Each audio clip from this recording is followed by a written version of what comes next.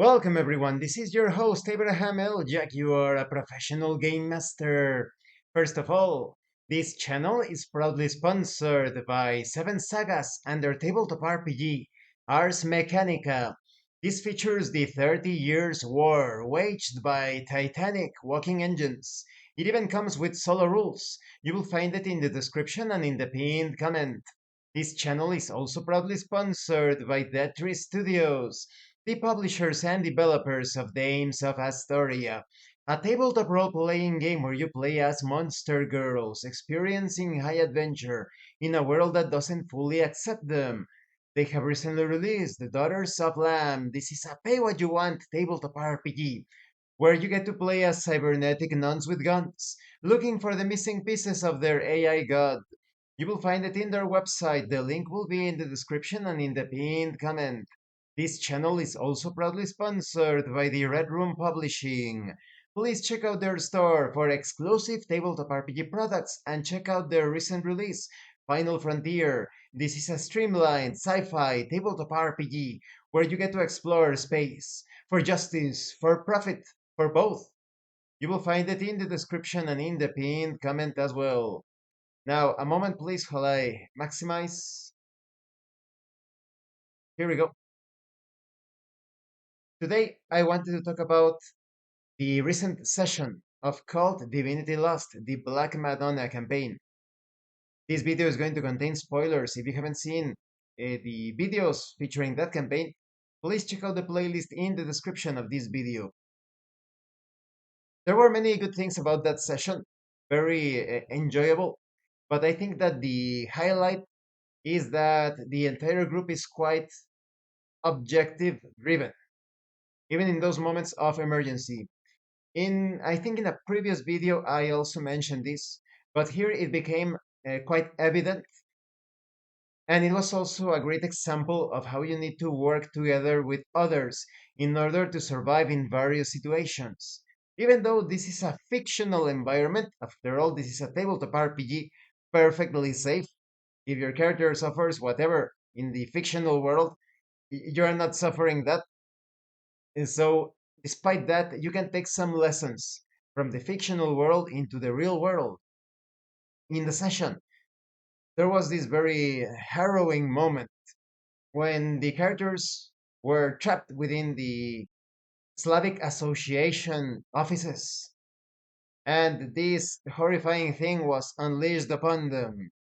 A former enemy was now turned into a monstrous being, and it was hunting them down. It felt a bit like the typical horror situation where the protagonists are trying to escape from this seemingly unkillable foe. So they needed to think about their objectives. They encountered the archives room. Is it worth it to go into the archives and obtain some information relevant to their mission of finding the mansion where a ceremony was going to take place? Or was it worth it to just look for a way to escape? They handled things through combat and stealth. They managed to buy some time, although they ended up quite wounded in the process. They were moving about. Later on, they encountered this window with the metal bars, not as sturdy as the others. And they started to think about their avenue to escape, but everybody was um, sharing their perspective, their ideas, their opinions in fiction as their characters, playing a role about what they should do. And some thought that it would be better to make an escape immediately. And some others wanted to take advantage of being in the Slavic Association offices and search for the address, the way to get to that mansion. They also had to think of a clever plan to take on this foe because every time they hurt this enemy, it came back and it started to become stronger by the minute, apparently. So the entire group came into harmony or in an agreement on how to solve the situation, and this can be brought to the real world in real life.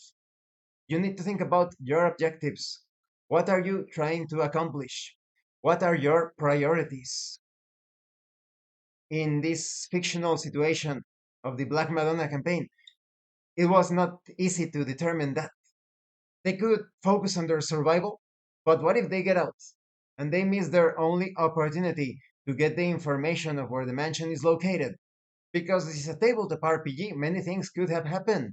Maybe they were not there for the ceremony, and now the enemies unleashed something quite horrifying upon the world. But because if you saw the session, you were witnesses that the ritual was deceit, it was trickery, and now they have unleashed something that could be, if not different, perhaps even worse, right? At least now they don't have to deal with the other Russians, but new potential enemies have appeared. Now they need to figure out how to thwart this threat, this new menace, but also how to cure themselves from their supernatural disease. You can only focus on your objectives. You could end up paralyzed thinking, oh, if I do this, it could be a mistake. If I do this other thing, it could be wrong. But that paralysis, I would say, is the biggest mistake. Despite getting tricked into performing a ceremony that is going to unleash some greater evil upon the world, if they just remained passive, you never know. Things could have been worse. And even if they were not worse, are you willing to take a gamble of just being passive and taking no action? I think that is a valuable lesson for our current times. Being passive, waiting for someone else to solve the problems, doesn't solve anything. You need to act if you want things to change in your own life, in the world. You need to take action. And that's what separates survivors in tabletop RPGs from total party kills. A total party kill is not a punishment. A total party kill is a consequence of the player character's actions, their interactions with the game world. This is not to say that it is completely their mistake, but there could be some situations where, for example, it is better to flee the battlefield, where it could be better not to go into certain dangerous places. And sometimes you simply consider the odds, they are not in your favor. Even if luck is not in your favor, that is also within your choice. Don't let it all be decided by luck unless you are ready to deal with the consequences. It's a bit like Machiavellian perspective: 50% luck, 50% skill. Make sure that the 50% skill counts, right? You can only influence things through that 50% skill. Make sure that you take that to 50, to actually 50%. So yes, very enjoyable session. And I can't wait to play the next session. It's going to happen in about 2 weeks.